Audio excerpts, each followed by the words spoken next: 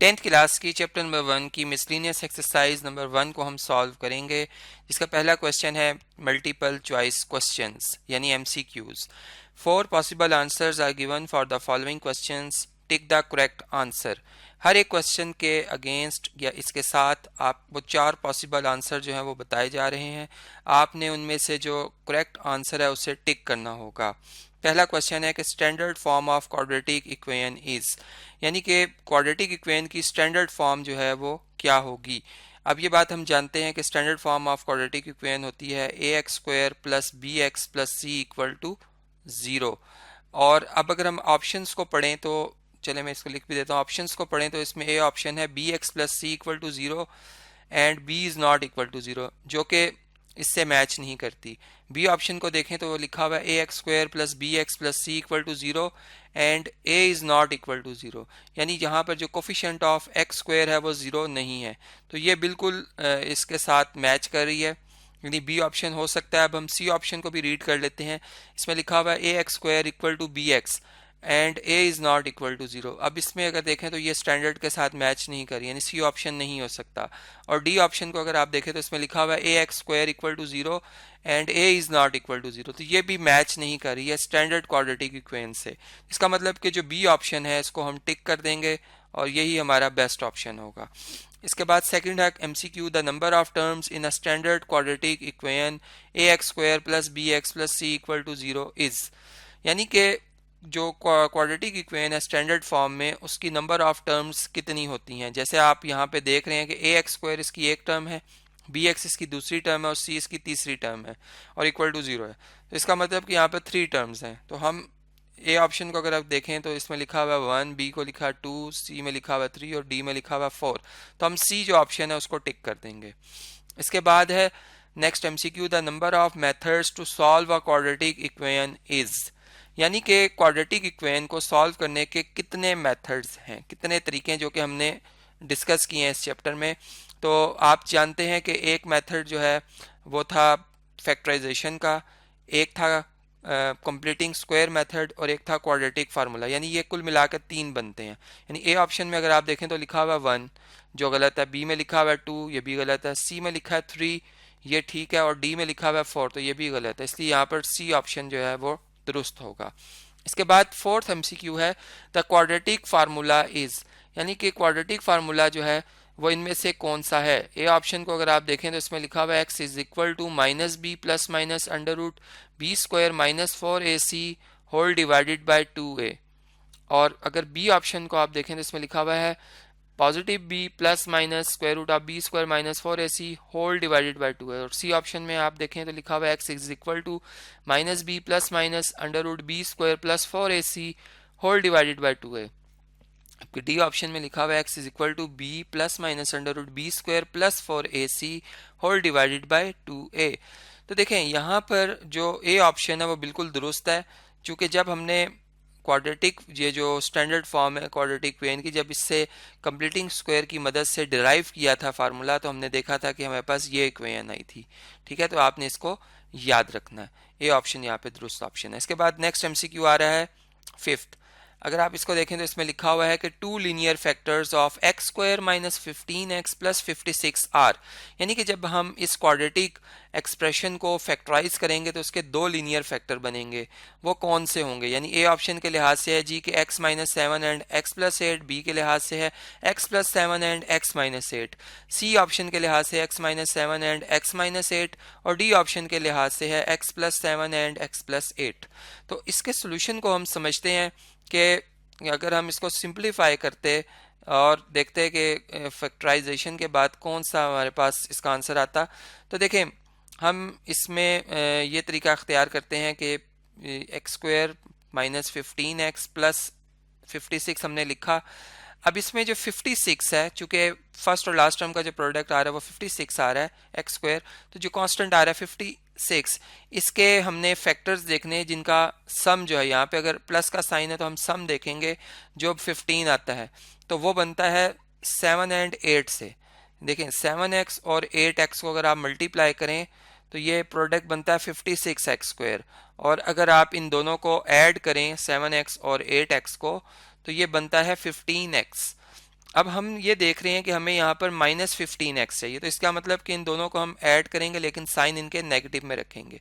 तो यहाँ से हम इसको यूं अरेंज करेंगे कि x -7x -8x और +56, और अब हम इनके फैक्टर्स बना लेंगे। तो पहले दो जो टर्म है इनमें से अगर ग्रुपिंग करते हैं तो x कॉमन आ रहा है, x -7 इधर आ जाएगा, और इन दोनों में से अगर आप ग्रुपिंग करते हैं तो -8 हम कॉमन ले सकते हैं और x -7 विद इन ब्रैकेट आ जाएगा। और अगर आप अब x -7 कॉमन ले लेते हैं तो x -8 और x -7, ये इसके दो फैक्टर्स आ गए। तो हमें यहाँ से पता चला कि जो हमारा ऑप्शन नंबर सी है वो बिल्कुल दुरुस्त है। इस तरीके से हम इसको मार्क कर देंगे। इसके बाद नेक्स्ट एमसीक्यूज को हम देखते हैं। जी, अगर हम सिक्स्थ एमसीक्यू को देखें तो इसमें लिखा हुआ है an equation which remains unchanged when x is replaced by 1 by x is called a और n। अब इसमें ये कह रहे हैं कि एक ऐसी इक्वेशन जिसमें कि अगर आप उस इक्वेशन के वेरिएबल जो x है उसे 1 by x से रिप्लेस कर दें तो इक्वेशन तब्दील ना हो, ऐसी इक्वेशन कौन सी होगी? क्या वो एक्सपोनेंशियल इक्वेशन होगी ए ऑप्शन के लिहाज से? तो ये गलत है। बी ऑप्शन के लिहाज से है जी कि रेसिप्रोकल इक्वेशन होगी, तो ये दुरुस्त हो रहा है। और सी ऑप्शन के लिहाज से है कि रेडिकल इक्वेशन होगी, तो ये भी रॉन्ग है। और डी ऑप्शन के लिहाज से नन ऑफ दीज, तो ये भी रॉन्ग ऑप्शन है। तो इसका मतलब बी ऑप्शन जो है, जो कि डेफिनेशन है रेसिप्रोकल इक्वेशन की, वो बिल्कुल यहाँ पर इसके लिहाज से ये 100% दुरुस्त ऑप्शन है। सेवंथ एमसीक्यू देखते हैं। An equation of the type 3 power x plus 3 power 2 minus x plus 6 is equal to 0 is a और n। यानी कि ऐसी इक्वेशन जो इस टाइप की हो जिसमें 3 पावर x हो प्लस 3 पावर 2 माइनस x हो प्लस 6 और इक्वल टू 0 हो, तो ऐसी इक्वेशन जो होती है, क्या उसे हम ए ऑप्शन के लिहाज से एक्सपोनेंशियल इक्वेशन कहेंगे? चूंकि हम ये देख रहे हैं कि वेरिएबल एक्सपोनेंट में लिखा है, तो ये बिल्कुल दुरुस्त बन रहा है ऑप्शन ए, यानी एक्सपोनेंशियल इक्वेशन कहलाएगी। बी ऑप्शन को अगर आप देखें तो इसमें लिखा है रेडिकल इक्वेशन, ये इसके लिहाज से रॉन्ग है क्योंकि रेडिकल इक्वेशन में रेडिकल साइन होना चाहिए और वेरिएबल रेडिकल के अंदर होना चाहिए। सी में रेसिप्रोकल इक्वेशन, वो तो ऑलरेडी हम ऊपर देख चुके हैं कि वो इसकी डेफिनेशन क्या थी, और नन ऑफ दीज, तो ये भी रॉन्ग ऑप्शन है। तो इसका मतलब ए ऑप्शन यहाँ पे दुरुस्त ऑप्शन है। एट्थ एमसीक्यू को देखते हैं। The solution set of equation 4 into x power 2 minus 16 is equal to 0 is, यानी कि अगर हम इस इक्वेशन का सॉल्यूशन सेट फाइंड करेंगे, यानी एक्स की वो वैल्यूज फाइंड करेंगे जो इसे सिंप्लीफाई करेंगी, तो वो क्या बनती हैं? यानी कि क्या वो ए ऑप्शन के लिहाज से +-4 आएगा ब्रैकेट के अंदर, यानी सोल्यूशन सेट ये बनता है। बी ऑप्शन के लिहाज से क्या खाली 4 आएगा? सी ऑप्शन के लिहाज से जी के +-2 विद इन ब्रैकेट आएगा, यानी सेट की ब्रैकेट्स में आएगा। और डी है कि ब्रैकेट में नहीं आएगा, +-2 आएगा। तो देखें, हम इसे अगर सिंप्लीफाई करें तो हम ये बात नोट कर रहे हैं कि 4x² माइनस 16 में से इक्वल टू 0 भी है। अगर आप 4 कॉमन ले लें या 4 से थ्रू आउट पूरी इक्वेशन को डिवाइड कर लें तो यहाँ पर क्या रह जाएगा? 4 कैंसिल हो जाएगा, x²। यहाँ पे क्या रह जाएगा? 16 4 से डिवाइड होके 4 आ जाएगा, और 0 4 से डिवाइड करेंगे तो 0 आ जाएगा। अब यहाँ से आप इसको फार्मूला की मदद से भी सिंप्लीफाई कर सकते हैं, यानी कि आप इसको लिख सकते हैं x² माइनस 2² इक्वल टू 0। इस पर फार्मूला लगा लें जो कि इक्वल होगा इनके प्रोडक्ट के, यानी कि x माइनस 2 और x प्लस 2 के जो ये फैक्टर हैं, इन दोनों के प्रोडक्ट इक्वल टू 0 के आ रहा है ये आंसर। और अगर आप इनको अलग अलग करते हैं तो x की वैल्यू, यानी एक दफ़ा x माइनस 2 को 0 पुट करते हैं तो x की वैल्यू 2 आती है, और एक दफ़ा आप जब x प्लस 2 को 0 पुट करते हैं तो x की वैल्यू -2 आती है। और जब आप इनका सोल्यूशन सेट बनाएंगे तो आप सेट के अंदर जो है +-2 को लिख देंगे। तो यहाँ से अगर आप देखें तो ऑप्शन नंबर जो सी है वो बिल्कुल दुरुस्त है, यानी बाकी जो ये ऑप्शन है वो रॉन्ग है। नाइन्थ एमसीक्यू को देखें। An equation of the form 2 into x power 4 minus 3x³ plus 7x² minus 3x plus 2 is equal to 0 is called a और n, यानी एक ऐसी इक्वेशन जो इस फॉर्म में हो उसे हम क्या कहते हैं? आप देखें, क्या इसे रेसिप्रोकल इक्वेशन कहेंगे, क्या इसे रेडिकल इक्वेशन कहेंगे, एक्सपोनेंशियल इक्वेशन कहेंगे या इनमें से कोई भी ऑप्शन नहीं है दुरुस्त। तो देखें इसे हम रेसिप्रोकल इक्वेशन कहेंगे। अब आपने ऊपर जो डेफिनेशन पढ़ी थी रेसिप्रोकल इक्वेशन की, उसमें यह था कि एक्स को आप किससे रिप्लेस कर रहे होगे, 1/x से, और जो इक्वेशन है वो तब्दील नहीं होगी। तो इसमें भी सेम इसी तरह है। अगर आप इसको खुद से टेस्ट करना चाहते हैं तो आप देखिएगा कि जहाँ पे x लिखा उधर 1/x और इसकी पावर 4 लेके, यहाँ पे 1/x की पावर 3 लेके, यहाँ पे 1/x की पावर 2 लेके, और कोफिशिएंट जो 2 3 7 है एज इट इज़ रहेंगे। इसका -3 और विद इन ब्रैकेट 1/x और +2 = 0। और जब आप रेसिप्रोकल्स को ख़त्म करने के लिए x पावर 4 से थ्रू आउट इक्वेशन को मल्टीप्लाई करेंगे तो आपको दोबारा यही इक्वेशन मिल जाएगी, यानी कि ये रेसिप्रोकल इक्वेशन है। इसका मतलब कि यहाँ पर ए ऑप्शन दुरुस्त होगा। रेडिकल के लिए जो रेडिकल का साइन है इस तरह का साइन होता है जी, ये होना ज़रूरी था, जो कि यहाँ में कहीं नज़र नहीं आ रहा, और एक्सपोनेंशियल इक्वेशन में ऊपर आपको बता चुका हूँ। इस लिहाज से हम ये MCQ समझ सकते हैं। अब नेक्स्ट जो हमारा क्वेश्चन 2 आ रहा है मिसलिनियस एक्सरसाइज का, इसमें इस तरह से है कि हमें एक इक्वेशन गिवन है जो लिखी हुई है जी कि सॉल्व, हमने इसका शॉर्ट आंसर देने, यानी क्वेश्चन नंबर 2 में जितने भी पार्ट्स आएंगे उसके हमने शॉर्ट आंसर देने हैं। इसमें लिखा हुआ है कि सॉल्व x² + 2x - 2 = 0।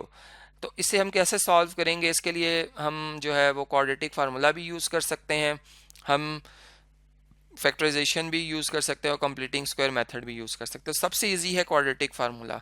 तो देखें क्वाड्रेटिक फार्मूला यूज़ करने के लिए सबसे पहले जो standard form of quadratic equation है वो हम यहाँ पे लिखते हैं और उससे कंपेयर करते हैं अपनी गिवन इक्वेशन को। अगर ये हमारी इक्वेशन 1 है और अगर ये 2 है तो दोनों को अगर आप कंपेयर करें तो कोफिशिएंट्स के कंपैरिजन से हमें पता चलता है कि यहाँ पर x² 1 टाइम है, यानी a 1 है, x जो है यहाँ पर क्वेश्चन में 2 टाइम है, यानी b की वैल्यू 2 है, और c कांस्टेंट जो है इसमें वो -2 लिखा हुआ है, इसका मतलब c की वैल्यू जो है वो -2 है।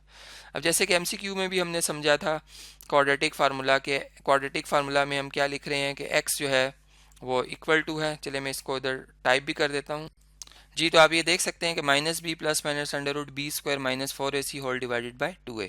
इसमें वैल्यूज पुट करते हैं, -2 आ जाएगा, b की जगह जब आप 2 पुट करेंगे तो नेगेटिव मल्टीप्लाई होगा, b का स्क्वायर यानी कि 2 का स्क्वायर क्या होता है 4 आ जाएगा, -4 × a की वैल्यू है 1 और c की वैल्यू है -2। तो अगर आप इन तीनों को मल्टीप्लाई करते हैं तो 4 × -2 -4 × -2 +8 हो जाएगा।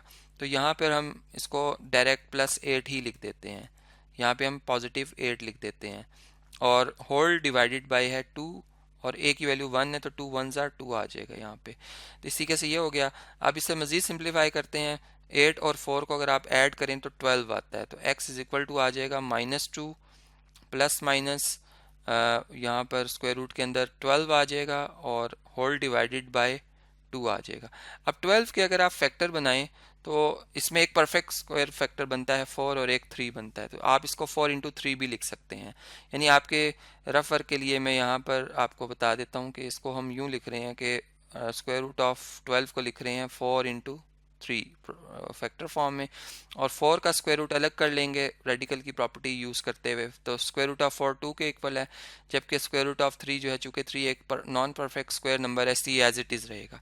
तो नेक्स्ट स्टेप में हम यूँ लिख देंगे कि -2 प्लस माइनस 2 × √3 और होल डिवाइडेड बाय 2। अब 2 जो है दोनों को डिवाइड कर रहा है, दोनों जो टर्म्स हैं ऊपर लिखी हुई न्यूमरेटर में, तो -2 को अगर 2 से आप डिवाइड करेंगे तो आपको -1 आंसर मिलेगा, और अगर आप 2 √ 3 को 2 से डिवाइड करेंगे तो 2 कैंसिल हो जाएगा, सिर्फ √3 मिलेगा। तो हम इसको सोल्यूशन सेट के अंदर जो है वो लिख देंगे x की वैल्यू को, जो कि हमारी गिवन इक्वेशन को सेटिस्फाई कर रही हैं। तो यहाँ से हम ये बात नोट कर रहे हैं कि हमारे दो आंसर आए हैं, एक -1 प्लस √3 है और दूसरा है -1 माइनस √3, जिसको मैं कंबाइन अगर लिखूं तो इस तरह से लिख सकता हूं और मैं ब्रैकेट्स को क्लोज कर दूंगा। तो अब जो नेक्स्ट पार्ट आ रहा है क्वेश्चन नंबर 2 का वो हम डिस्कस करते हैं। पार्ट 2 में इस तरह से है जी कि सॉल्व बाय फैक्टराइजेशन, और क्वेश्चन है 5x² = 15x। तो इसका सोल्यूशन स्टार्ट करते हैं। सबसे पहले हम इसमें सोल्यूशन में लिखेंगे इसी इक्वेशन को दोबारा, और अब इसकी जो ये टर्म है 15x, इसको दूसरी तरफ शिफ्ट करेंगे, यानी यहाँ पे आएगा 5x² -15x और इक्वल टू 0। अब आप देखें तो इन दोनों टर्म में से आप मैक्सिमम 5 और x दोनों में से कॉमन ले सकते हैं। आप कॉमन ले लेंगे तो पहली टर्म में x रह जाएगा खाली, और दूसरी टर्म में 15 को अगर 5 से डिवाइड करें तो 3 आता है, और x से डिवाइड होकर कैंसिल हो जाएगा, यानी x-3 आ जाएगा। अब इनके प्रोडक्ट जो है 0 के इक्वल है, मीन्स के 5x इक्वल टू 0 है, या हम ये कह सकते हैं कि x-3 जो है ये 0 के इक्वल है। तो अब यहाँ से हमें x की दो वैल्यूज़ मिल सकती हैं। यहाँ से अगर आप 5 को डिवाइड करें 0 से तो 0 ओवर 5 0 आ जाएगा, और यहाँ से आप 3 को दूसरी तरफ शिफ्ट करें तो वो 0 + 3 आ जाएगा। यानी हमें सोल्यूशन सेट में दो ऐसी वैल्यूज़ मिल रही हैं जो दोनों की दोनों हमारी गिवन इक्वेशन को सेटिस्फाई कर रही हैं। तो 0 और 3 जो है वो यहाँ पर हमारे सोल्यूशन सेट में जो है नंबर्स वो शामिल होंगे।